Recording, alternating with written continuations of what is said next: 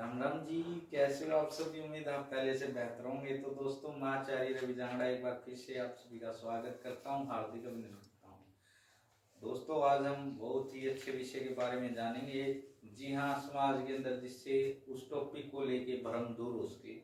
ठीक है जी हाँ, आज हम मूलों के बारे में जानेंगे। मूल होते क्या हैं, इनको कैसे उतरवाते हैं, क्या इनको उतरवाना जरूरी है, क्या इसके नुकसान क्या होते हैं, फायदे क्या होते हैं, सारी चीजें डिटेल में जानेंगे। उससे पहले भगवान को याद करते हैं। ओम यो भूतम च भव्यम च सर्वं यस्याधिष्ठिति सवर्यस्योच केवलं तस्मै ज्येष्ठाय ब्रह्मणे नमः।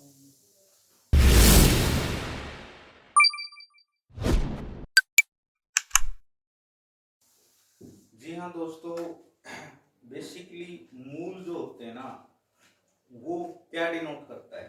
कब बोलोगे किसी जातक को कि ये मूलों में पैदा हुआ है? तो सबसे पहले तो अगर कोई जातक केतु के नक्षत्र या फिर बुध के नक्षत्र में पैदा होता है तो उसको हम बोलते हैं कि ये मूलों में हो रखा है। ठीक है, मूल। इसका अर्थ क्या है? इसका अर्थ यह है कि उस जातक के पास विशेष एनर्जी है। जी हाँ, उन एनर्जी को अगर वो कंट्रोल कर पाता है जातक, तो उसको कोई नुकसान नहीं है। ठीक है, तो आपको कोई दिक्कत नहीं है। अगर आपसे वो एनर्जी कंट्रोल नहीं हुई तब प्रॉब्लम क्रिएट होती है। ठीक है, मूलों के अंदर आमतौर पे देखने को मिलता है ऐसे जातक कुछ न कुछ अलग से बनाने की क्षमता रखते हैं, देने की क्षमता रखते हैं। ऐसे जातक संसार को कुछ न कुछ दे के जाएंगे अगर उन्होंने अपनी एनर्जी को कंट्रोल कर लिया तो। ठीक है, तो अब पहले मैं बता देता हूं केतु के कौन कौन से नक्षत्र हैं और बुध के कौन से नक्षत्र हैं। ठीक है, तो केतु का आपका अश्विनी नक्षत्र, अश्लेषा और मघा, इन तीनों में हो जाए, या फिर ज्येष्ठा, मूल और रेवती।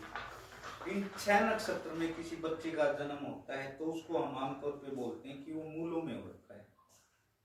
ठीक है, मैंने एनर्जी का कॉन्सेप्ट बता दिया। अगर एनर्जी कंट्रोल कर ली तो ठीक है, अदरवाइज आपको एनर्जी को शांत करवाना पड़ेगा, मूल उतरवाने पड़ेंगे आपको, और आमतौर पे उतरवा लेने चाहिए। ठीक है, इसके लिए पूजा होती है छोटी सी। ठीक है, वो आप जन्म के 27वें दिन उतरवा सकते हो या 27वें साल बेस्ट है, अदरवाइज कभी भी आप मूल की पूजा करवा सकते हैं। ठीक है, इसमें अगर सबसे पहले अब हम एक एक नक्षत्र की बात करते हैं, क्योंकि एक नक्षत्र में 4 चरण होते हैं। तो किस नक्षत्र में कि कौन से चरण में जब तक पैदा हो, जिससे उसको क्या तकलीफ मिलेगी, ठीक है, वो सारी बातें जानते हैं। तो सबसे पहले बात करते हैं अश्विनी नक्षत्र की। अश्विनी नक्षत्र के अगर प्रथम चरण में बच्चा पैदा हुआ है तो उसके पिता को कष्ट मिलेगा। कष्ट का मतलब है उसके बच्चे के द्वारा कुछ न कुछ ऐसी कार्य होंगे जिससे पिता को तकलीफ होगी। ठीक है, चरण है, अगर दूसरे चरण में पैदा होता है तो शुभ है, तीसरे में भी और चौथे में भी। ठीक है, तो अश्विनी का फर्स्ट नक्षत्र में किसी का जन्म हुआ है तो पिता के लिए कष्ट है। अश्लेषा नक्षत्र की बात करें तो प्रथम चरण में राज्य प्राप्ति, ठीक है, बहुत शुभ होता है भाई। राज्य प्राप्ति का मतलब है कोई मंत्री वगैरह या अच्छा खासा पोस्ट पे जाता है जब तक, अगर अश्लेषा नक्षत्र में पैदा होता है प्रथम चरण में। दूसरे चरण में अगर पैदा होता है तो धन का नाश करेगा ऐसे जब तक। ठीक है, तीसरे में माता को कष्ट होएगा, चौथे में पिता को कष्ट होएगा। उम्मीद है आपको मेरी बातें समझ में नहीं आ रही होंगी। ठीक है, थर्ड है मघा नक्षत्र। मघा नक्षत्र के फर्स्ट चरण में माता को कष्ट है, दूसरे चरण में पिता को कष्ट है, और तीसरा चरण शुभ है, चौथा चरण भी शुभ है। ठीक है, मघा नक्षत्र। चौथा है ज्येष्ठा नक्षत्र। इसमें बड़े भाई को कष्ट होएगा अगर जब तक मघा के पहले चरण में पैदा हुआ है। चरण बोल लो, पद बोल लो, कुछ ही बोल लो। ठीक है, दूसरे चरण में पैदा हुआ तो छोटे भाई को कष्ट होएगा, तीसरे में माता को कष्ट होएगा, और चौथे में अगर ज्येष्ठा के चौथे चरण में जब तक पैदा हुआ है तो खुद को कष्ट होएगा, स्वयं को कष्ट होएगा।